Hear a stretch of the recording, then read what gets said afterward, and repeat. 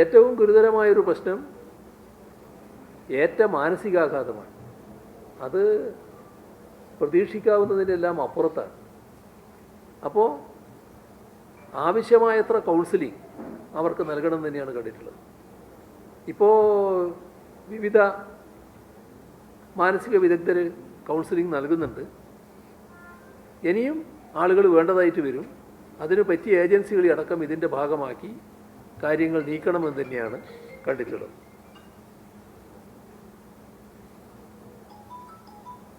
ഇവിടെ ആദിവാസി കുടുംബങ്ങൾ താമസിക്കുന്നുണ്ട്.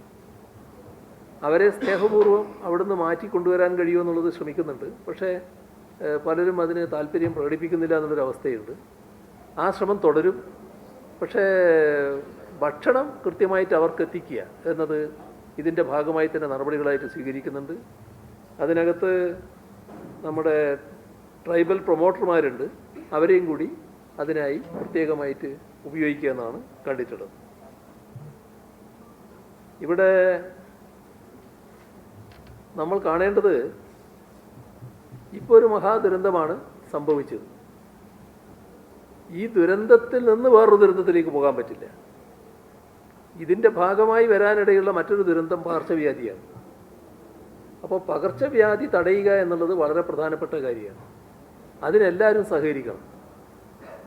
അതിനാവശ്യമായ ആരോഗ്യവകുപ്പ് പുറപ്പെടുവിക്കുന്ന എല്ലാ മുന്നറിയിപ്പുകളും അംഗീകരിച്ചു പോകണം.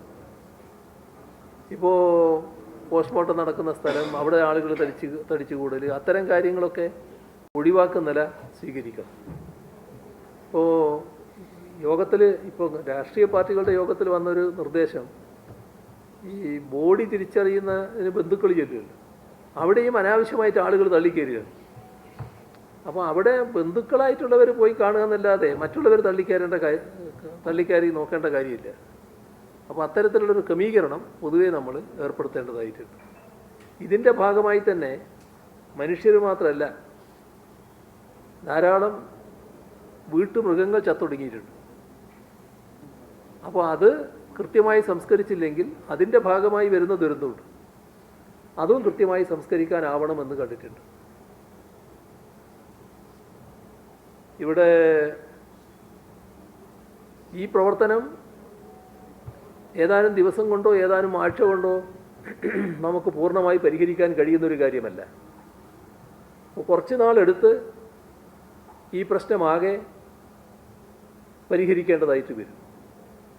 അപ്പം അതിന് നിങ്ങൾക്കെല്ലാവർക്കും അറിയാം, ഇപ്പം തന്നെ ഒരു 12ഓളം മന്ത്രിമാരിവിടെ ക്യാമ്പ് ചെയ്യുന്നുണ്ട്. പക്ഷെ എല്ലാവരും സ്ഥിരമായിട്ട് ക്യാമ്പ് ചെയ്യുക എന്ന് പറയുന്നത് പ്രായോഗികമായിട്ടുള്ള കാര്യമല്ല. പക്ഷെ ഞങ്ങളതിൽ കാണുന്നത് ഒരു മന്ത്രിസഭാ ഉപസമിതി ഇവിടെ പ്രവർത്തിക്കുക എന്നുള്ളതാണ്. അപ്പം അതിൽ റവന്യൂ മിനിസ്റ്റർ, നമ്മുടെ വനം വകുപ്പ് മന്ത്രി, PWD ടൂറിസം മന്ത്രി, SC/ST മന്ത്രി, ഇങ്ങനെ 4 മന്ത്രിമാരടങ്ങുന്ന ഒരു മന്ത്രിസഭാ ഉപസമിതി ഇവിടെ പ്രവർത്തിക്കുന്നതായിരിക്കും. ഇതിൻ്റെ കാര്യങ്ങൾ തുറന്ന് ഏകോപിച്ച് കൊണ്ടുപോകുന്നതിനായിട്ട്. അതോടൊപ്പം ഇപ്പം തന്നെ പ്രത്യേക ചുമതലയായി ഇവിടെ ശ്രീറാം സാംബശിവറാവു IAS ചുമതലയേറ്റ് പ്രവർത്തിക്കുന്നുണ്ട്. അദ്ദേഹം തുടരും. കൗശികൻ ഡിസാസ്റ്റർ മാനേജ്മെൻറ്റിൻ്റെ ഭാഗമായി ഇവിടെ എത്തിയിട്ടുണ്ട്. അദ്ദേഹത്തിൻ്റെ സഹായവും ഇവിടെ തുടരുന്നതാണ്. ആ തരത്തിലൊരു മന്ത്രിസഭാ ഉപസമിതി ഇവിടെ ഫലപ്രദമായി പ്രവർത്തിക്കണം എന്നാണ് കണ്ടിട്ടുള്ളത്.